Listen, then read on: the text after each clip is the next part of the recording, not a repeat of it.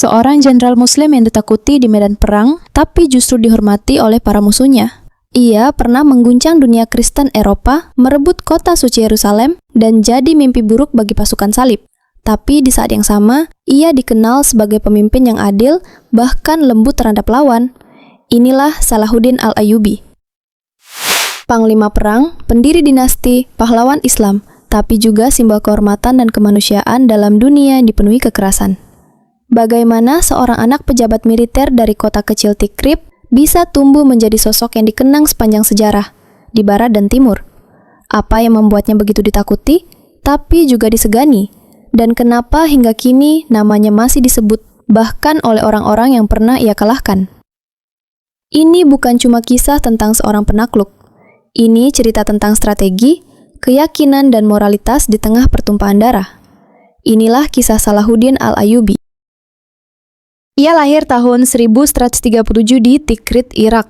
Ayahnya Najmuddin Ayyub adalah pejabat militer dinasti Zengi. Pamannya Asaduddin Shirkuh, jenderal kepercayaan Nuruddin Zanki, pemimpin Suriah. Dari kecil, Salahuddin sudah dibentuk untuk jadi pemimpin. Ia belajar agama, filsafat, sains, dan tentu saja seni perang. Tapi ia tidak tumbuh jadi pribadi yang kejam. Justru sebaliknya, ia cerdas, tenang, dan punya kendali diri yang luar biasa. Tahun 1164, ia ikut pamannya ke Mesir.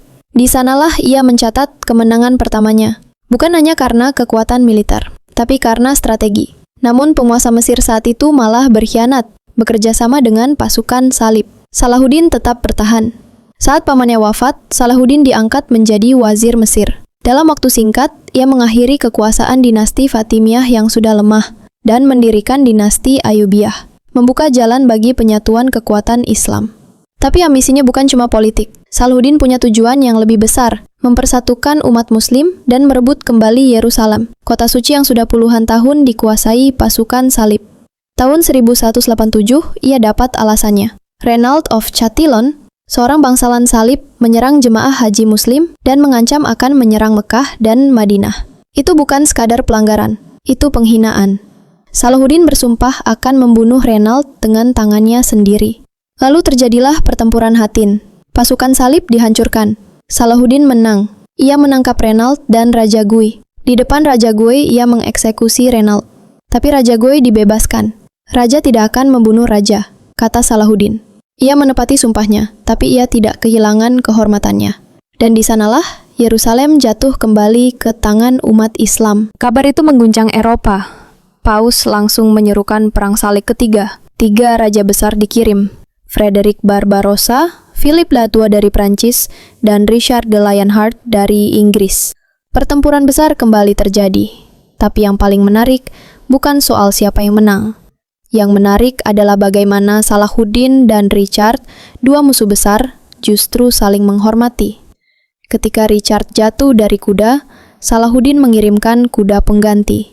Saat Richard sakit, ia mengirimkan tabib. Ini bukan kisah fiksi. Ini sejarah.